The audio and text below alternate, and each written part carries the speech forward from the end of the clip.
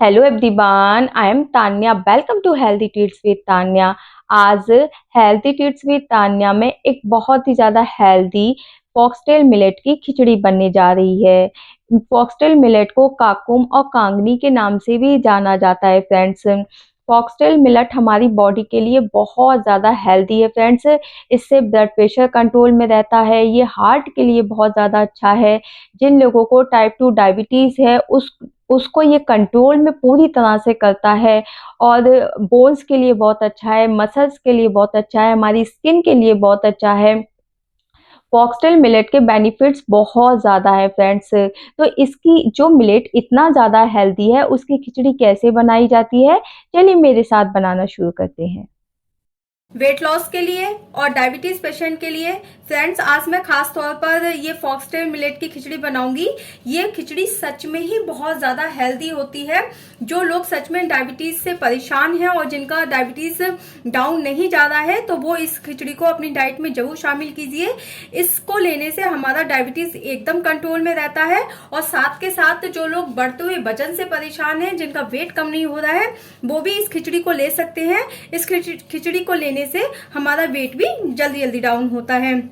तो मैंने यहाँ पर फ्रेंड्स 1 बाउल के करीब फॉक्सटेल मिलेट लिया है।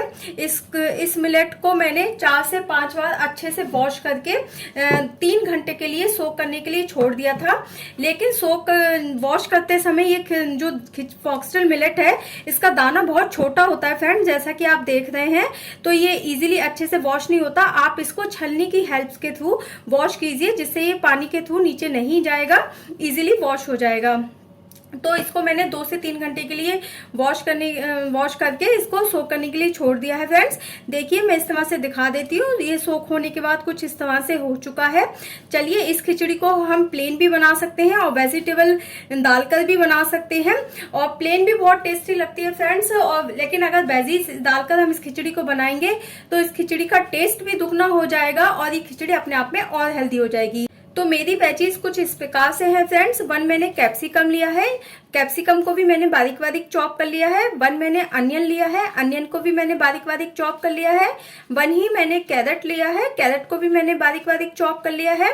1 ही मैंने टोमेटो लिया है, टोमेटो को भी मैंने बारीक बारीक चॉप कर लिया है।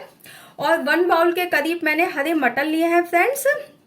और थोड़ा सा मैंने गार्निश के लिए बाद में कटा हुआ धनिया लिया है। मैंने कुछ वेजीज इस प्रकार से ली हैं। वेजीज आप अपने हिसाब से भी ले सकते हैं।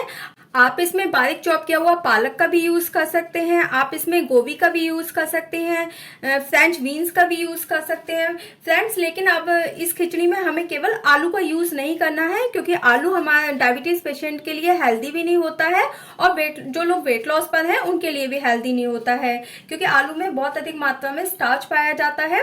तो वेजीज आप अपने हिसाब से भी कर सकते हैं। मैंने यहाँ पे ऑरेंज कलर का कैरेट लिया है, आप रेड कलर का कैरेट भी ले सकते हैं। मैंने ग्रीन कलर का कैप्सिकम लिया है, इसकी जगह आप येलो और रेड जो भी कैप्सिकम आपके पास अवेलेबल हो वो ले सकते हैं। या वेजीज को थोड़ा कम करना चाहते हैं तो कम भी कर सकते हैं। तो ये तो मेरी वेजीज हो गई। चलिए इससे खिचड़ी कैसे बनाई जाती है, चलिए बनाना शुरू करते हैं। हम अपनी खिचड़ी को कुकर में बनाएंगे। चलिए अपनी गैस को ऑन कर लेते हैं और गैस का फ्लेम हमें फ्रेंड्स मीडियम रखना है। इसमें हमें 2 स्पून के करीब ऑयल डालना है। आप इसको देसी घी में भी बना सकते हैं या किसी भी कुकिंग ऑयल में बना सकते हैं जो आपके घर में खाया जाता हो। ऑयल की क्वांटिटी हमें फ्रेंड्स बहुत ही कम रखनी है, क्योंकि ज्यादा ऑयल हमारी हेल्थ के लिए अच्छा नहीं होता है। ऑयल मैंने कुकर में डाल दिया है। चलिए अपने ऑयल को थोड़ा गर्म होने देते हैं। ऑयल गर्म हो चुका है। इसमें मैं 1 स्पून के करीब जीरा डालूंगी। साथ के साथ इसमें मैं थोड़ा सा हींग डालूंगी और दोनों को मीडियम फ्लेम पर इस तरह से हल्का हल्का रोस्ट कर लेते हैं। जीरा और हींग हल्का हल्का रोस्ट हो चुका है फ्रेंड्स। अब इसमें मैं वही बारीक चॉप किया हुआ अनियन डालती हूँ।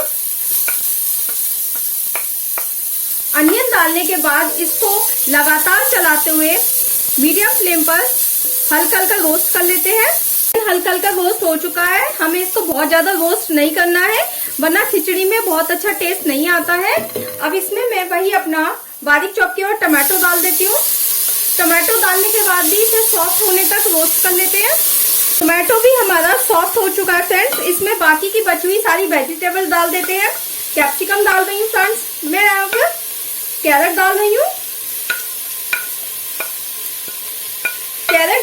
बाद अब इसमें हम अपने वही हरे मटर डाल देते हैं और इनको अच्छे से मिक्स कर लेते हैं। पहले मैंने सारी वेजीज को अच्छे से मिक्स कर लिया है। अब इसमें हमें अपना 1 स्पून के करीब हल्दी पाउडर डालना है, तो मैं हल्दी पाउडर डालती हूँ। टेस्ट के अकॉर्डिंगली सॉल्ट डालना है, तो मैं यहाँ पे 2 स्पून के करीब सॉल्ट डालती हूँ। फ्रेंड्स, सॉल्ट आप अपने टेस्ट के अकॉर्डिंगली भी ले सकते हैं। चलिए मैं इसको अच्छे से मिक्स कर लेती हूँ वेजीज में। मैं इसमें फ्रेंड्स कोई भी रेड चिली पाउडर और काली मिर्च पाउडर नहीं डालूंगी, क्योंकि खिचड़ी धनिया पुदीने की चटनी के साथ खाई जाती है, तो धनिया पुदीने की चटनी अपने आप में स्पाइसी होती है। अगर आप इसमें ग्रीन चिलीज का यूज करना चाहते हैं तो 2 ग्रीन चिली भी डाल सकते हैं। अगर आप इसमें काली मिर्च पाउडर का यूज करना चाहते हैं तो 1/2 स्पून के करीब काली मिर्च पाउडर भी डाल सकते हैं। फिलहाल मैं आज सारा अवॉइड करूंगी, अगर आपका टेस्ट है तो आप डाल सकते हैं। मैंने हल्दी और सॉल्ट को भी अच्छे से मिक्स कर लिया है फ्रेंड्स। अब इसमें हमें वही अपनी खिचड़ी डालनी है जिसको हमने सोक करने के लिए छोड़ा था। तो खिचड़ी को हमें पानी सही डालना है, क्योंकि ये पानी अपने आप में हेल्दी हो जाता है जिसमें हम सोक करते हैं। फॉक्सटेल मिलेट डालने के बाद फॉक्सटेल मिलेट को भी वेजीज में पहले अच्छे से मिक्स कर लेते हैं। अब इसमें हमें पानी कितना डालना है, तो जो मैंने फॉक्सटेल मिलेट को 1 बाउल फॉक्सटेल मिलेट को सोक किया था, तो फ्रेंड्स मैंने उसमें 2 बाउल के करीब पानी डालकर सोक किया था। तो ये जो मिलेट होते हैं ना, ये पानी बहुत ज्यादा पीते हैं, तो इसमें पानी की क्वांटिटी थोड़ी अच्छी चाहिए होती है। अगर क्योंकि मेरे घर में जो खिचड़ी खाई जाती है वो थोड़ी पतली पतली खाई जाती है, तो पानी फिलहाल आप अपने हिसाब से भी डाल सकते हैं। अब इसमें मैं 1 गिलास के करीब पानी और डालूंगी। अगर आपके घर में थोड़ी खिचड़ी गाढ़ी गाढ़ी खाई जाती है तो आप पानी की क्वांटिटी कम भी कर सकते हैं। पानी डालने के बाद भी इसको अच्छे से मिक्स कर लेते हैं, और मिक्स करने के बाद कुकर का लिड लगाकर हमें इसमें केवल फ्रेंड्स 5 विसिल लेनी है। और 5 विसिल में हमारी ये जो फॉक्सटेल मिलेट की खिचड़ी है ना, बहुत अच्छे से बन जाएगी। तो मैं अपने, और गैस का फ्लेम हमें मीडियम रखना है, तो मीडियम फ्लेम पर मैं अपने कुकर में 5 विसिल आने देती हूँ। देखिए फ्रेंड्स, हमारी फॉक्सटेल मिलेट की खिचड़ी में 5 विसिल आ चुकी है, उसका स्टीम भी पूरी तरह से निकल चुका है। कुकर को खोलकर देख लेते हैं। वैसे तो देखने से ही पता लग रहा है ये पूरी तरह से बन चुकी है। देखिए कितनी अच्छी ये खिचड़ी हमारी बनी है। अब इसमें मैं वही बारीक कटा हुआ धनिया डाल देती हूँ, और धनिया डालने के बाद इसको अच्छे से मिक्स करके एक सर्विंग प्लेट में निकाल लेते हैं। फॉक्सटेल मिलेट की हेल्दी खिचड़ी बनकर बिल्कुल रेडी हो चुकी है। आप इसको धनिया पुदीने की चटनी के साथ खा सकते हैं, आप इसको दही के साथ ले सकते हैं, लेकिन दही हमें बिल्कुल लो फैट लेना है। अगर आप इसको मॉर्निंग में ले रहे हैं तो दही का यूज कर सकते हैं, लंच में ले रहे हैं तो दही का यूज कर सकते हैं, लेकिन हमें डिनर में दही का यूज नहीं करना है।